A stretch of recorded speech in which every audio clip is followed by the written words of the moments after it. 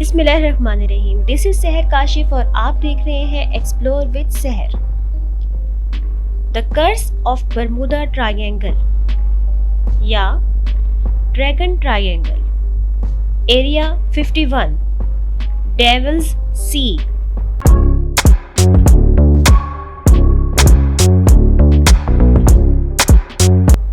آخر کار ایسا کیوں ہے کہ اٹلانٹک اوشن کے درمیان ایک تخیلاتی تکون کو ہم نے یہ تمام نام دیے؟ اس تکون میں ایسی کیا خاص بات ہے؟ دراصل ناظرین، یہ اپنے اندر خود ایک مکمل کہانی سموئے ہوئے ہے. یہ ایک ایسی جگہ ہے جہاں شپس، جہاز، پائلٹس، جیٹس یہ سب جاتے تو اپنی مرضی سے ہیں، لیکن واپس کوئی نہیں آتا.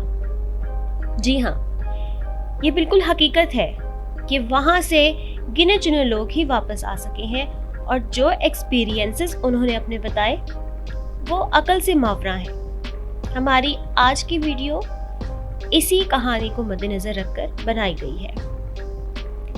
چلیے ایک نظر ڈالتے ہیں برمودا ٹرائینگل کے اوپر پیش آنے والے چند چیدہ واقعات پر.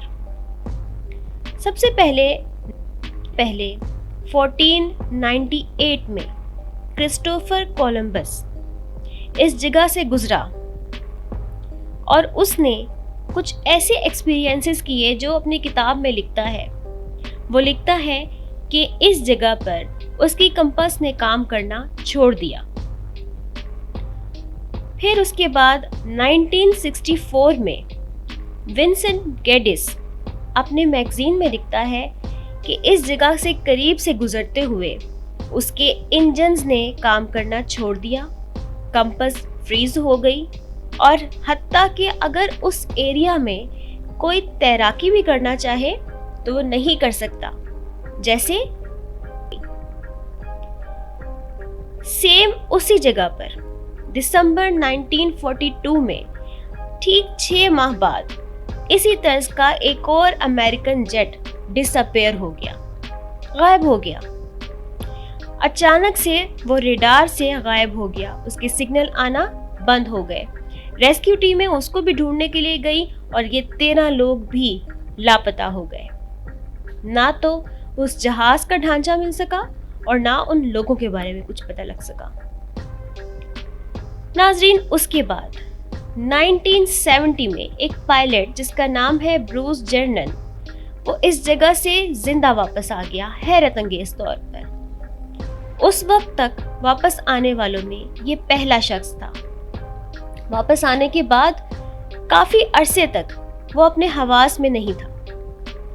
جب اس سے اس بارے میں پوچھا گیا تو ٹھیک ہونے کے بعد وہ کچھ یوں بتاتا ہے کہ اس کا جہاز برمودا ٹرائینگل کے قریب جاتے ہی ڈس بیلنس ہو گیا، اور اچانک سے اسے ایسا محسوس ہوا جیسے وہ کسی بادلوں کے غار میں آ گیا ہو.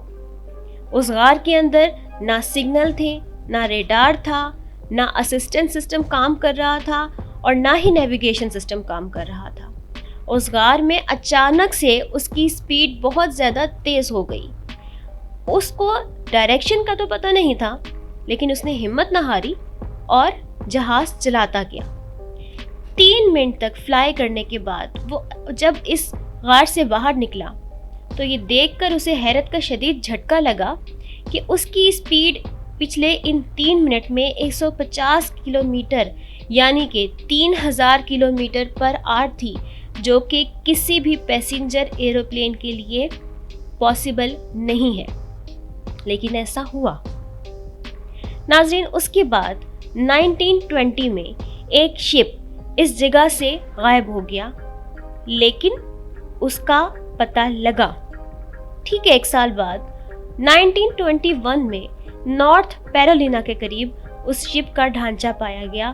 کیسے معلوم نہیں، لیکن اس کے اندر کوئی بھی انسان، کسی ذی روح کا وجود، کسی ڈھانچے کے شواہد موجود نہیں تھے.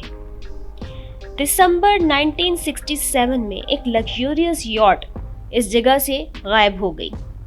اس کے اندر تمام تر سہولیات موجود تھیں، مگر اس کے باوجود بھی وہ غائب ہو گئی